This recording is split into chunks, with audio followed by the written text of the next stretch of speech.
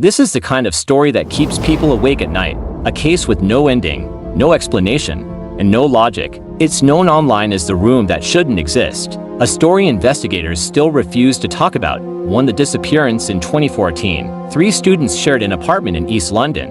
One night, one of them, Daniel, vanished. No struggle, no message, no witnesses. But the weird part, all his things were still inside the apartment. His wallet, his shoes, his laptop, everything except Daniel. Police labeled it a voluntary disappearance, but his roommates knew something else was going on, because Daniel often said, "There's a strange room in this building. I hear knocking from behind the walls." They never believed him, until he vanished. The hidden door. A week later, the remaining roommates heard a sound at night. 3 knocks. Slow, heavy, behind the wall. Not the pipes, not the neighbors. It was coming from Daniel's bedroom wall. When they tapped the wall, one section felt hollow. They broke the plaster. Behind it was something no one could explain. A small, old wooden door where no door should exist. No hinges on the outside. No building records mentioned it. And above the door, faint letters. "Do not open."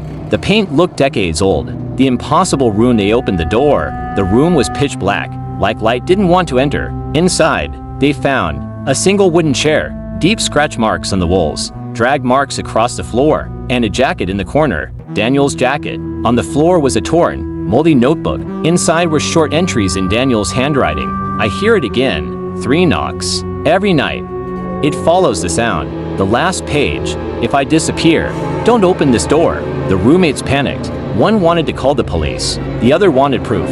So he placed his phone inside and pressed record. The recording lasted only 14 seconds. But what it captured still haunts the internet. At 3 seconds gives the chair move slightly. At 7 seconds gives a heartbeat-like sound fills the room, but deeper, not human.